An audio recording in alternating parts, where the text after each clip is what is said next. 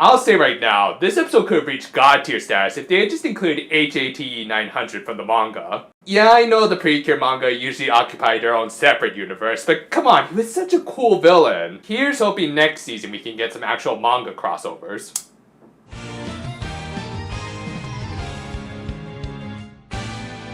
Anyway, we open with, oh come on, they got rid of the usual intro again. Okay, I know this doesn't bother others as much as it does me, but I need some consistency, damn it.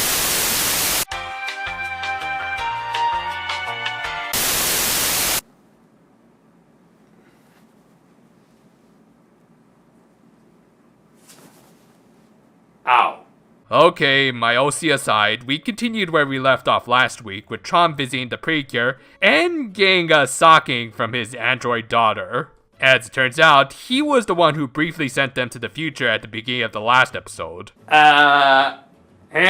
So, like, did he actually send them to the future, or did he just make a projection of the future? If it's the former, couldn't it have led to some unnecessary time paradoxes? And if it was the latter, then why?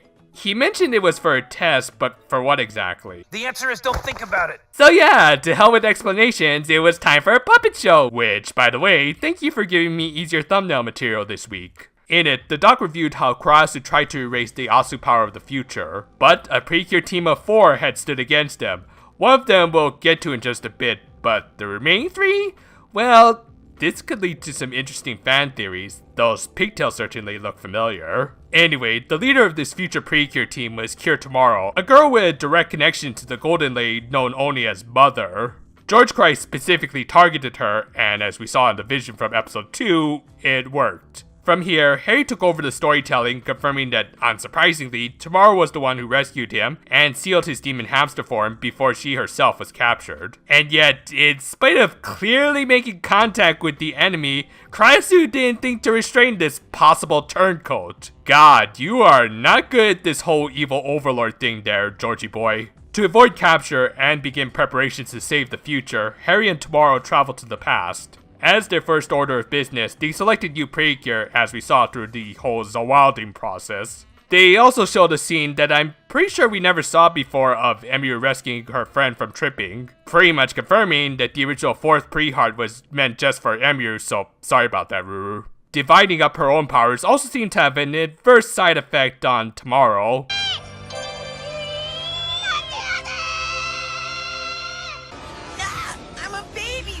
Yeah, I'm not exactly sure why Harry didn't just tell the Precure about this. Granted, it's not the easiest pill to swallow, but after dealing with monster clock towers, I think saying that a toddler is the Messiah shouldn't be that much of a big surprise. Or do we just need to add some more complications to a certain love triangle? My best assumption is that he wanted to keep it as incognito as possible to prevent Karasu from going after Hagutan, but still, kind of dick move there, hamster boy. In any case, it didn't matter at this point, as the full awakening of Mother's powers had allowed George to pinpoint the location of Cure Tomorrow. And the 2 remaining active employees of Karasu could give less of a damn about who their target was, as one merely wanted to relieve the stresses of her midlife crisis, while the other wanted to claim back their hamster boyfriend. I remind you, these 2 want to exterminate a toddler. You know, a common complaint I've heard about the series is its inconsistent tone. I have no idea what they're talking about. Man,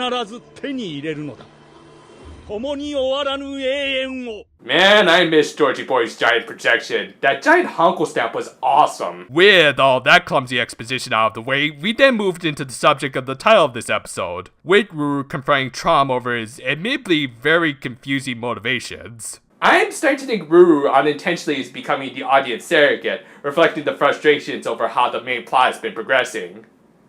Also, weren't you kind of welcoming Traum back to the good side last time, or was that just an illusion? Well, judging by the fact that they do bring it up, that might well be the case. Still, apparently, Ruru held a grudge against Traum. As it turned out, the whole reason she was in the present day was because he had dumped her there through a job reassignment. This led to Ruru rushing out of the Beauty Harry in an angry dash. Hana managed to track her down, unsurprisingly, scarfing down a ton of food, and the 2 ended up discussing the meme behind each other's names. In Hana's case, the combination of her first and last name was meant to be a homonym for a flower in a field, and how her parents wanted her to develop like a healthy, beautiful flower. For Ruru, they explained how amor means love in Italian. Hana believed that Dr. Traum wanted to use that name as a means to express his love for his creation. This fairly nice little scene was then ruined by the good doctor writing in on his personal ATST.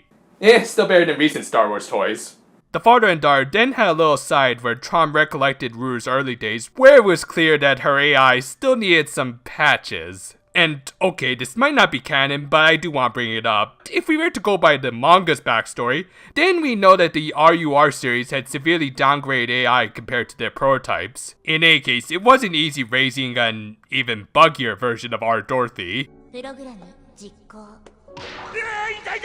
Roger, I love you.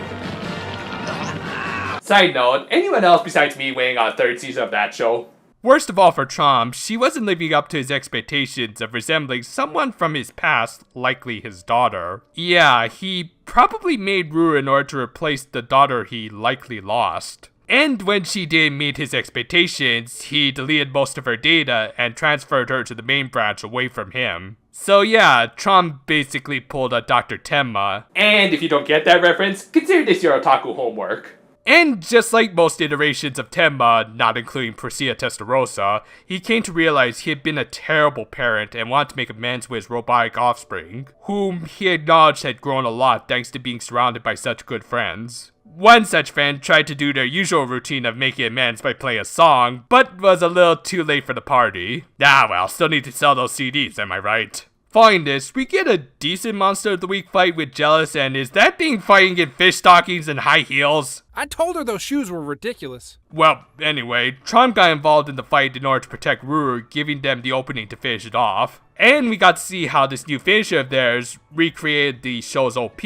and how it's honestly kind of terrifying when you stop and think about it for a minute.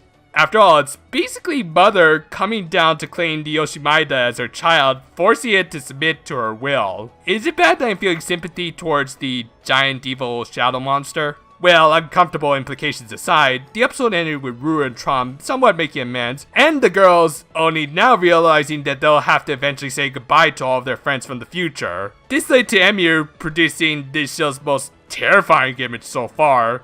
Actually, based on the previews for the next episode, we might get some even worse ones next week.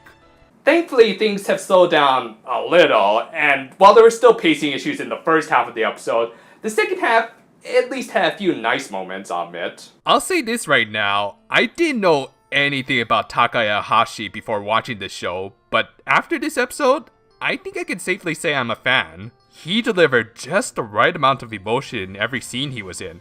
Dr. Traum by his very nature is a goofball mad scientist, and yet this performance where he's being a little bit more subdued didn't at all feel out of place. That's probably because there's always just an air of refinery in his voice that makes him kind of mesmerizing. Really, there should be no surprise that this guy provided the Japanese dub for Professor Snape. He really made this material work, which was no easy task, as while this was not as bad as last week, the script was still clunky. I already went over most of my grievances in the review proper, so I don't think I need to repeat myself. I don't know, maybe I'm overthinking things, but it really does feel like we're overlooking some details. That said, I do really appreciate moments like Cure Tomorrow assuring Carrie that Precure don't give up, or Traum's Dr. Tenma moment. I just wish some of the other subplots came off just as strong. There's a lot more I could say about this show's overall writing. In fact, I think I have a few folders worth of notes regarding my thoughts about this show's head writer, Fumi Tsuboda, but for the sake of getting these videos out in a timely fashion, I'm recording this after getting back from a big party, so I'm actually pulling an all-nighter right now. And I also want to have enough material for a full-length video, so I'm going to save it all for a full series analysis that I'm probably going to release a little into the next season. For now though, just judging by an episode-by-episode basis, this was a significant improvement over last week, but still highly flawed. Fantastic performances can't completely cover up a faulty script. Work on the All-Stars new stage review is almost done, and it should be out either Tuesday or Wednesday. It wasn't an easy review to tackle, I'll tell you that much. Let's just say my head still hurts and leave it at that. Look forward to it. Until then though, farewell for now my friends, and as for what I'm going to do after the new stage review, well, I will provide a hint at the end of that review, but since I do like to generate some hype, But we shall